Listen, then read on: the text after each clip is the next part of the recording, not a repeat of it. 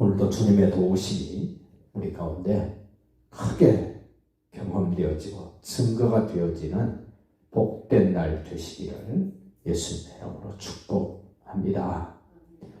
하나님의 사람이 죽는다. 뭐 하다 죽었을까? 왜 죽었을까? 사람은 살아가는 것도 중요하지만 어떻게 죽느냐도 굉장히 중요합니다. 하나님의 사람, 한 사람이 죽는다는 것은 새로운 세대가 오게 되는 모세 시대를 이제 끝마쳐지고 이제 여호수아의 시대가 열리게 되는 아주 생생한 하나님의 일하심을 볼 수 있는, 누구는 죽고 누가 이제 역사에 이제 인물로 등장을 하는가를 보면 사람이 일하는 것이 아니라 하나님이 일하시는 현장인 것을 보게 됩니다. 오늘 모세를 하나님의 사람 이렇게 거릅니다. 성경은 한 추기를 흘러가는 것을 보게 됩니다. 하나님의 사람. 에덴 동산에서 아담도 하나님의 사람으로 첫 번째 하나님의 형상으로 지어졌습니다. 이제 모세가 하나님의 사람으로 언급되어집니다. 사무엘이 하나님의 사람으로 표현되어지고 엘리야, 엘리사, 하나님의 사람으로 자기가 하나님의 사람이라고 그런 것이 아니라 주변 사람들이 당신은 하나님의 사람입니다.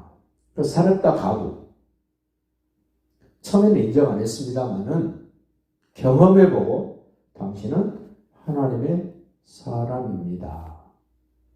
저와 여러분도 예수를 그리스도로 믿는 구원받은 언약 백성으로서 주변 사람들이 당신은 하나님의 사람입니다라고 그들이 나를 그렇게 표현해주고 불러주는 그런 은혜와 복이 있기를 바랍니다.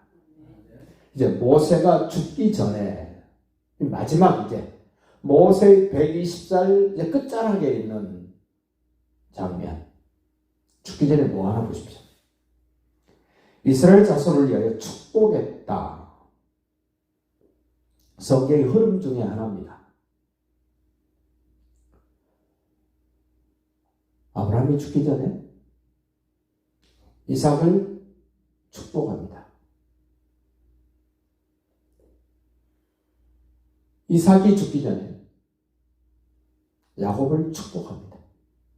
야곱이 죽기 전에 12자녀를 축복하는 내용을 길게 창세기 48장, 49장에서 기록을 합니다. 이 모세가 죽기 전에 33장, 신명기 33장에 12지파를 축복합니다. 하나님의 사람들은 죽기 전에 그 자녀들을 축복하는 내용을 성경은 소개를 합니다. 그렇다면 나도 세상을 떠나게 될 때 뭐 하고 떠나야 될까? 임종을 맞이하는 사람들을 인터뷰하고 늘 살폈던 사람들의 이야기를 종종 듣게 됩니다. 다 후회하면서 죽는다 이럽니다. 그런데 하나님의 사람들은 죽으면서 후회하면서 죽는 것이 아니라 가족들을, 자녀들을, 후손들을 축복하고 생을 마감한다는 겁니다. 얼마나 복된 인생입니까? 죽으면서도 한을 품고 원한을 품고 후회하면서 죽는 인생이 아니라 마음껏 예수님의 이름으로 자녀들을 축복할 수 있는 그런 위치, 하나님이 우리에게 주셨습니다. 예수님이 우리에게 만들어 주셨습니다. 자, 어떤 말로 그들을 축복하나 보십시오. 먼저 하나님에 대한 언급을 합니다. 2절입니다. 그가 이랬을 때 여호와께서 시내산에서 오시고 세일산에서 일어나시고 바란산에서 비추시고, 어떤 목사님이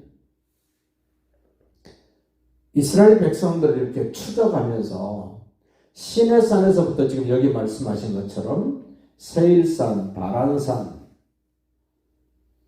시험산, 헐몬산, 이 산을 쭉 연결해서 굉장한 내용을 소개하던 것을 들었습니다. 하나님은 산에서 역사를 하십니다. 산에서 역사했다는 말은 평지에서도 역사하고 어디서나 역사하시는 겁니다. 1만 성도 가운데 강림하셨고 오른손에는 그들을 위해 번쩍이는 불이 보다. 모세가 축복하는 사람들에게 하나님이 위엄이, 하나님의 방문이, 하나님의 강림이, 하나님의 찾아오심이 선명하게 소개되어지는데 그렇게 찾아오신 하나님이 어떻게 하시는가? 3절 여호와께서 백성을 사랑하시나니 번쩍번쩍하는 불을 가지고 계시고 강림하시고 높은 산에서 찾아오셨던 그분이 뭐 하기 위해서 오셨는가? 나를 사랑하시기 위해서 오셨다는 겁니다. 그분이 나를 사랑한다는 사실을 아는 사람들은 그 3절 끝에 보십시오. 주의 발 아래 앉아서 주의 말씀을 받는도다. 무슨 말씀이겠습니까? 사랑한다는 말씀을 받는 겁니다. 때로는 부담되는 말도 될 수 있습니다. 때로는 힘든 말씀도 될 수 있습니다만 그 말씀의 본래의 뜻은 나를 사랑한다는 말씀이라는 거예요. 나를 사랑한다. 예수님 이 땅에 오셔서 뭐 하셨습니까? 발을 씻으시면서 내가 너희를 사랑하는 것 같이 너희도 사랑하라. 그 5절 보시면 이스라엘의 12지파를 다 총괄해서 일컫는 말 여루순에 왕이 있었다. 그 왕이 어떤 왕입니까? 나를 사랑하시는 왕. 폭군, 폭정을 행하는 왕이 아니라 군림하고 자기 마음대로 하는 왕이 아니라 나를 너무너무 사랑해 주시는 왕이 있었다.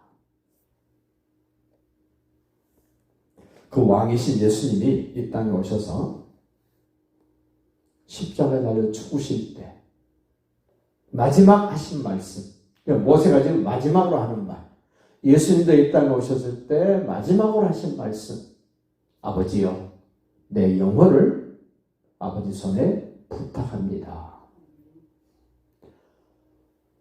아버지 하나님을 위하여 모든 것을 다 써버리시고 당신의 영혼만 남아있을 때 그 영혼을 아무에게나 맡길 수 없어서 하나님의 손에 위탁하는 예수님의 그 모습. 모세도 죽을 때 다 허비하고 죽습니다. 우리도 세상을 떠나 죽을 때 다 생을 다 허비하고 죽습니다. 예수님도 이 땅에 오셨을 때 육신적인 것, 세상적인 것 모든 것 다 완벽하게 다 소비하시고 아버지 뜻을 이루고 죄인들을 위하여 다 소비하시고 하나 딱 남아있는 영혼, 소비되지 않는, 소멸되지 않는 그 영혼만 남아있는 상태에서 그 영혼을 아버지 손에 부탁했던 예수님의 모습처럼 여러분과 저도 이 세상을 마무리할 때 참 멋지게 다 하나님이 내게 주신 것들을 다 잘 썼습니다. 그러나 내 영혼은 세상에 둘 수 없기에 아버지께 부탁드립니다라는 그런 고백을 할 수 있는 마지막 임종이라면 그 인생 얼마나 복될까?